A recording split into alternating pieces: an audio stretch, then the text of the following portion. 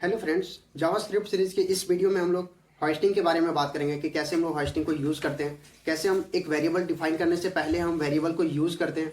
और होस्टिंग में हम लोग देखेंगे कि कैसे हम वेरिएबल और फंक्शन में होस्टिंग को यूज़ करते हैं। तो चलिए आज के इस वीडियो को कंटिन्यू करते हैं। अगर आप इससे पहले हमारे जावास्क्रिप्ट सीरीज को अभी तक एक्सेस नहीं किए हैं तो अभी एक्सेस कर लें, और अभी आप हमारे चैनल पर नए हैं तो अभी हमारे चैनल को सब्सक्राइब कर लें। तो चलिए आज के इस वीडियो को हम लोग कंटिन्यू करते हैं। तो अब हम आ गए अपने VS कोड में, और अपने VS कोड में हम हमेशा की तरह एक फोल्डर क्रिएट किए हुए हैं JS सीरीज नाम से। और इस फोल्डर के अंदर हम यहाँ पे दो फाइल क्रिएट किए हुए हैं, एक मेरा index.html है और एक मेरा यहाँ पे होस्टिंग है, ठीक है, hosting.js। और अभी हम लोग देखने वाले कि होस्टिंग क्या होता है। तो सबसे पहले हम यहाँ पे होस्टिंग का कुछ डेफिनेशन देख लेते हैं जो कि हम अपने VS कोड में कमेंट में लिखे हुए हैं, ठीक है। Hoisting is a default behaviour in JavaScript where variable and function declaration are moved to the top, ठीक है। इसका कहने का मतलब है कि होस्टिंग मेरा एक डिफ़ॉल्ट बिहेवियर है इन जावास्क्रिप्ट, जो कि हम लोग वेरिएबल और फंक्शन डिक्लेरेशन जब करते हैं तो ये मेरा टॉप पर मूव हो जाता है, ठीक है। अगर इसको हम लोग और भी एक इजी लैंग्वेज से समझे तो यह variable and function can be used before its has been declare. इसको डिक्लेयर करने से पहले हम लोग यूज़ कर सकते हैं, यानी कि जो भी फंक्शन और वेरिएबल रहेगा उसको हम लोग डिक्लेयर करने से पहले हम उसको यूज़ कर सकते हैं, ठीक है। और जो भी हम अपने वेरिएबल और फंक्शन को क्रिएट करते हैं ये हमारा टॉप पर मूव कर देता है, ये मेरा होस्टिंग का काम रहता है, ठीक है। तो इसके लिए हम सबसे पहले यहाँ पे एक एग्जांपल लेते हैं, ठीक है। तो जैसे कि हम यहाँ पे एक वेरिएबल क्रिएट करते हैं var कीवर्ड के साथ, var a = 10, और इसको हम लोग यहाँ पे करते हैं console.log, ठीक है। और यहाँ पे हम a को कॉल करेंगे, ठीक है, console.log a, और इसको हम लोग यहाँ पे करते हैं सेव और चलते अपने कंसोल के अंदर। तो अपने HTML फाइल में ओपन विथ लाइव सर्वर, और यहाँ पे हम लोग इंस्पेक्ट, और इंस्पेक्ट के अंदर हम लोग चलेंगे कंसोल में, ठीक है। तो अब मेरे यहाँ पे कंसोल पे प्रिंट कर रहा है 10, ठीक है। तो जैसे कि हम लोग यहाँ पे अपना वेरिएबल जो डिफाइन किए थे, जो डिक्लेयर किए थे, वो हम पहले डिक्लेयर किए, उसके बाद हम यहाँ पे console.log किए, ठीक है।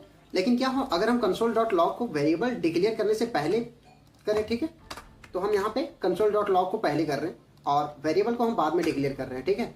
और इसको हम करते हैं यहाँ पे सेव और चलते अपने कंसोल के अंदर। तो अब मेरा यहाँ पे प्रिंट कर रहा है अनडिफाइंड।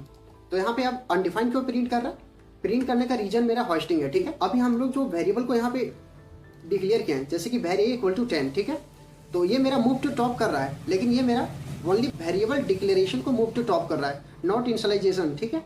तो जैसे कि हम यहाँ पे नॉट में लिखे हुए हैं JavaScript moves only the declaration, ठीक है, यानी कि अब जो भी वेरिएबल को डिक्लेयर किए हैं उसका ये मूव टू टॉप कर रहा है, नॉट इनिशियलाइजेशन, यानी कि यहाँ पे अब जो वैल्यू को इनिशियलाइज किए हैं ये मेरा टॉप पर नहीं जा रहा है, ठीक है। तो मेरा यहाँ पे जो जावा का इंटरप्रेटर है वो इसको कैसे एज्यूम करता है, जैसे कि हम लोग यहाँ पे var a लिए, ठीक है। तो हमारा जो जावास्क्रिप्ट इंटरप्रेटर है, ठीक है, वो हमारा जो वेरिएबल है वो उसको ऐसे इनिशियलाइज करता है var a, ठीक है। यहाँ पे कोई वैल्यू को वो एज्यूम नहीं करता है। इसी के कारण मेरा वहाँ पे जो कंसोल में आउटपुट आ रहा है वो मेरा अनडिफाइन आ रहा है, ठीक है। तो इस तरीके से हमारा जो वेरिएबल रहता है var कीवर्ड के साथ इसको जावास्क्रिप्ट में होस्ट करता है, ठीक है।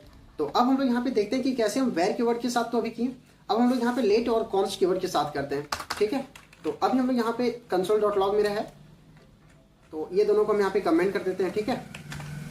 और अब हम लोग यहाँ पे एक लेट कीवर्ड और एक कॉन्स्ट कीवर्ड के साथ देखते हैं। तो इसके लिए हम लोग यहाँ पे सबसे पहले console.log कर लेते हैं, ठीक है। और यहाँ पे हम लोग b वेरिएबल को यूज करते हैं, ठीक है। और इसके बाद हम लोग यहाँ पे लेट b = 10 लेते हैं, ठीक है, 10, और इसको हम लोग यहाँ पे करते हैं सेव और चलते हैं अपने कंसोल के अंदर।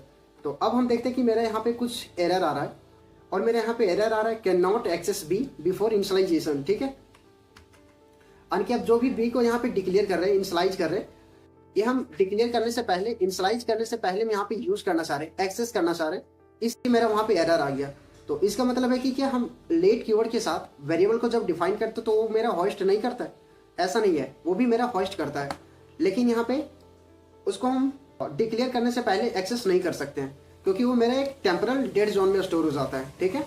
तो यही सेम मेरा यहाँ पे कॉन्स्ट के साथ भी होता है। अगर हम यहाँ इसको कमेंट कर दें और यहाँ पे हम कॉन्स्ट कीवर्ड को यूज करें तो कॉन्स्ट, ठीक है, और यहाँ पे हम b का वैल्यू देते हैं 10, ठीक है, और इसको हम लोग करते हैं सेव। तो अगेन मेरा यहाँ पे सेम एरर आ रहा है कि can not access b before initialization, ठीक है, कि हम b को इनिशियलाइज करने से पहले यूज नहीं कर सकते हैं, ठीक है। तो इसका रीजन तो साफ यही है कि हम लोग यहाँ पे जो कॉन्स्ट और लेट कीवर्ड को यूज कर रहे हैं वो भी मेरा होस्ट होता है, लेकिन वो मेरे टेम्पोरल डेड जोन में स्टोर हो जाता है, जिसके कारण हमारा डिक्लेयर करने से पहले हम इसको एक्सेस नहीं कर सकते हैं। तो अब हम लोग यहाँ पे वेरिएबल को देख लिए। अब हम लोग देखते हैं कि फंक्शन में हम लोग कैसे होस्ट को यूज करते हैं और फंक्शन में होस्ट कैसे काम करता है। ठीक है, तो इसके लिए हम लोग यहाँ पे एक सिंपल फंक्शन क्रिएट करते हैं और इस फंक्शन का हम लोग यहाँ पे नाम देते हैं हेलो। ठीक है, हेलो, और ये मेरा फंक्शन बनके तैयार हो गया। और इसके अंदर हम लोग यहाँ पे लेते हैं console.log हेलो कोडर्स। ठीक है, हेलो कोडर्स, और इसको करते हैं सेव। और यहाँ पे हम लास्ट में फंक्शन को कॉल भी कर लेते हैं। ठीक है, तो हेलो, और इसको करते हैं सेव और चलते हैं अपने कंसोल के अंदर। लेकिन उससे पहले हम यहाँ पे कॉन्स को कमेंट कर देते हैं। ठीक है, क्योंकि मेरे यहाँ पे अगेन एरर आएगा। तो अब हम देखें तो मेरे यहाँ पे हेलो कोडर्स प्रिंट कर रहा है। ठीक है, और अब हम लोग क्या करते हैं कि जो हेलो को हम यहाँ पे लास्ट में कॉल किए, इसको हम यहाँ पे करते हैं Ctrl+X और इसको हम यहाँ पे पहले कॉल करते हैं। ठीक है, और इसको हम करते हैं सेव और चलते हैं अपने कंसोल के अंदर। तो अब हम देखें तो अभी मेरा यहाँ पे हेलो कोडर्स प्रिंट कर रहा है। इसका रीजन ये है कि जब भी हम यहाँ पे फंक्शन को क्रिएट किए तो फंक्शन भी मेरा एक होस्टिंग को यूज करता है, यानी कि फंक्शन के अंदर जितना भी वैल्यू है या फिर जो भी एलिमेंट है वो मेरा डिक्लेयर करने से पहले मूव टू टॉप हो गया, यानी कि पहले हम इसको कॉल कर सकते हैं, इसको यूज कर सकते हैं। ठीक है, तो हम यहाँ पे फंक्शन क्रिएट करने से पहले हम उसको कॉल कर लिए और उसके बाद मेरा यहाँ पे प्रिंट करा हेलो कोडर्स। ठीक है, तो अभी हम लोग देखें कि हम लोग कैसे फंक्शन में होस्टिंग यूज करते हैं और कैसे हम फंक्शन को डिक्लेयर करने से पहले हम फंक्शन के वैल्यू को यूज कर सकते हैं। ठीक है, अब हम सेम फंक्शन के अंदर कुछ और मॉडिफाई करते हैं। ठीक है, तो सबसे पहले हम यहाँ पे एक console.log ले लेते हैं। ठीक है, और यहाँ पे हम लोग सी, और अब हम यहाँ पे इसके नीचे यहाँ पे var